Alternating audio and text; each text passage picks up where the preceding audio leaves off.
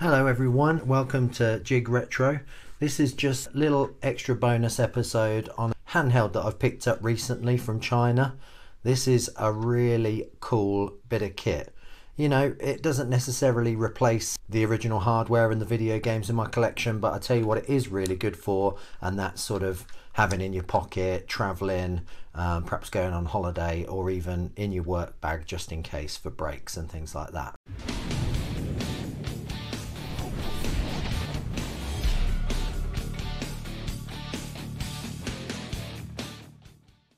This is the ANBERNIC RG35XX. Some of the technical specifications: it comes in 3 different colours: grey, transparent white and transparent purple. It has a 3.5 IPS full viewing angle screen, a quad core ARM Cortex A9 processor. The GPU is a quad core Power VR. The RAM is 256 megabit. The memory card that comes packed in is already fully installed with everything that you need, and it's a 64 gigabyte. It's a Linux system. It has a more than serviceable mono speaker on the front of it, similar to what you would get with handhelds generally, really. The ANBERNIC website suggests that the battery lasts around 5 hours. I don't think it has quite lasted that in reality with me playing it. It comes with a charger. It's a USB Type-C. It supports a 2.4G wireless gamepad or a wired gamepad connection, and comes with a very decent thick screen protector. So let's take a look at this thing anyway. So yeah, so as you can see, it very much looks like, especially in this color scheme that I've got, like a original Game Boy, obviously with a much bigger and clearer screen. It has shoulder pads at the back that actually, to be honest, I've found so far playing pretty comfortable. It's a bit weird to move from R2 being on the sides next to each other rather than underneath, but you know, it takes a bit of getting used to, but that's absolutely fine. Very simple operating system on this one. That's a mini HDMI port that you can use to plug it into a telly if you were sort of, like I say, out and about or traveling.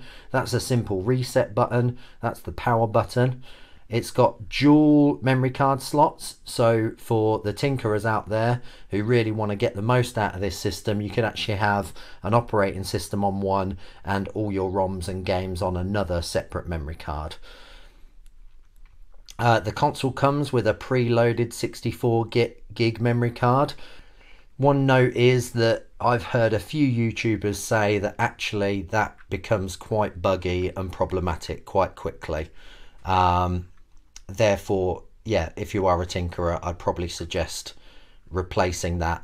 You know, simply either copying everything straight over from this memory card, or even potentially you could use the Garlic OS operating system on that.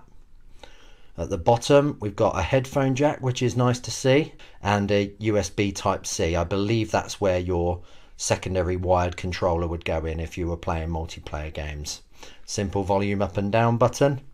What I actually won't be, you know, changing the operating system on this anytime soon, only if, like I say, the memory card does get buggy for whatever reason. It's a very cheap memory card that they've put in this system. But all in all, I am absolutely loving this system so far. Very basic. There's really not a lot you can get wrong with it. You can't really do anything that would disrupt or can't quite simply be changed. Just looking at the main menu here, you've got the battery, shutdown, time and date. That is to test all your buttons. I really have found the buttons to be fantastic on this system. That's you know, that's really not been a problem. Maybe just a touch of sensitivity on your diagonal, but honestly nowhere near as bad as I've had with a lot of D-pads on systems similar to this. I've turned the button sound off straight away. It's a bit weird, it says open and close rather than on and off, but yeah, I highly recommend turning that off because that is irritating. Icon settings, so you can choose different, you know, different home screens basically. I quite like the clean look, so I've gone for that one. Background settings, you can have different backgrounds. I just prefer the plain black background. Different language settings. You can schedule the power off just in case you're leaving it on for too long. unattended. Backlight time, brightness. I think that the brightest setting is just way too bright, but yeah, I flicked it down to 3 and that seems to be a happy medium for visuals and battery life. Changing your button customizations, clearing your history, your records, and that kind of thing, just the firmware version as well. But yeah, one of the best features on this that I don't think the Garlic OS has is the search feature. There's so many games to get through, so narrowing it down to like Metroid games really is brilliant to be able to just pick up on those and then choose from that selection of games there. Otherwise, the systems that you've got history, just the games that you've been playing most recently, and your favorites, which you can set up really simply. I think the highlight of this console really is that it doesn't do anything that it can't achieve. So there's no N64 on here, there's no Dreamcast on here and such like. It really just plays the main consoles up to PlayStation 1, and it does so very well. Just looking through the PlayStation games, so we've got 7 pages of 9 per page. So yeah, that's all the sort of different games we've got there. Yeah, good selection. Same with the Capcom arcade games. You've got 19 pages of that, so it's all your main ones really. Neo Geo, 16 pages of Neo Geo. All the usual suspects there. MAME, 8 pages of MAME arcade games.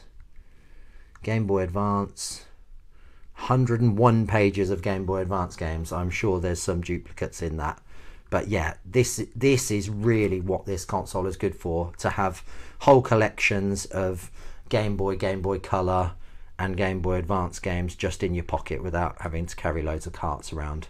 The Famicom, you've got 77 pages. Again, I think there'd probably be some replication there, but yeah, all in all, lots of Famicom games.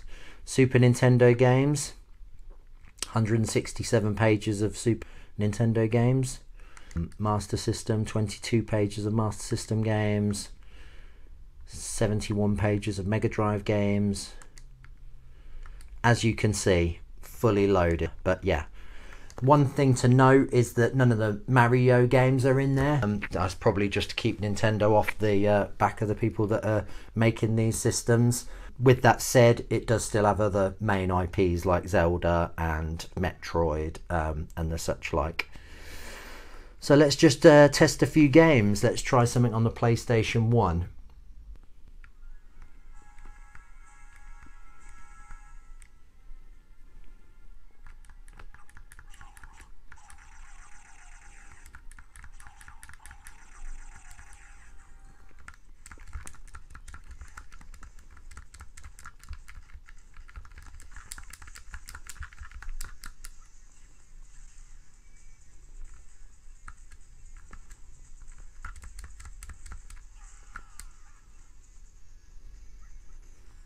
Yeah, and needless to say, a lot of the other systems work fantastically as well.